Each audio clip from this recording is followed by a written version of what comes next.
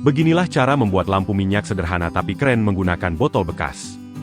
Pertama, bor 2 tutup botol, lalu pasang katup ban di bagian tengahnya. Satukan kedua tutup secara terbalik, masukkan mur dan benang sebagai sumbu, kemudian isi botol dengan minyak tanah atau cairan sejenisnya. Dan hasilnya, lampu minyak unik ini pun siap digunakan. Simpel, kreatif, dan bermanfaat. Dan kamu juga bisa membuatnya menggunakan lampu bohlam bekas. Caranya mudah. Bakar ujung bohlam dengan korek api, keluarkan isinya, lalu potong botol bekas. Isi dengan minyak dan pasang sumbu, dan lihat, lampu minyak sederhana pun menyala dengan sempurna. Potong botol bekas, lalu masukkan busa di bagian bawahnya dan isi dengan tanah. Pada potongan botol yang satunya, isi dengan air, kemudian satukan keduanya.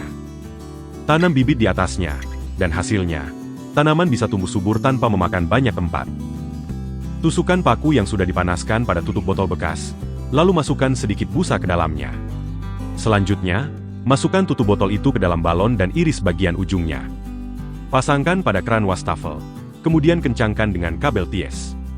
Dengan cara sederhana ini, keran tetap bersih dari kotoran dan aliran air pun menjadi lebih halus dan merata.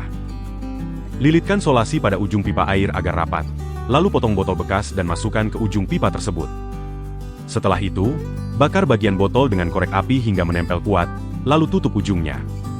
Hasilnya, sambungan pipa jadi kencang dan anti bocor. Bakar ujung botol bekas, lalu tempelkan pada drat piting lampu yang patah. Putar perlahan, dan dengan cara sederhana ini, drat lampu pasti bisa dilepas dengan mudah. Potong pipa plastik, lalu gergaji ujungnya menjadi 4 bagian. Pasang mur kasar, kemudian buang sebagian, agar pas saat dipasang. Dengan cara sederhana ini, kamu bisa membuat dudukan jemuran yang kuat, rapi, dan tahan lama.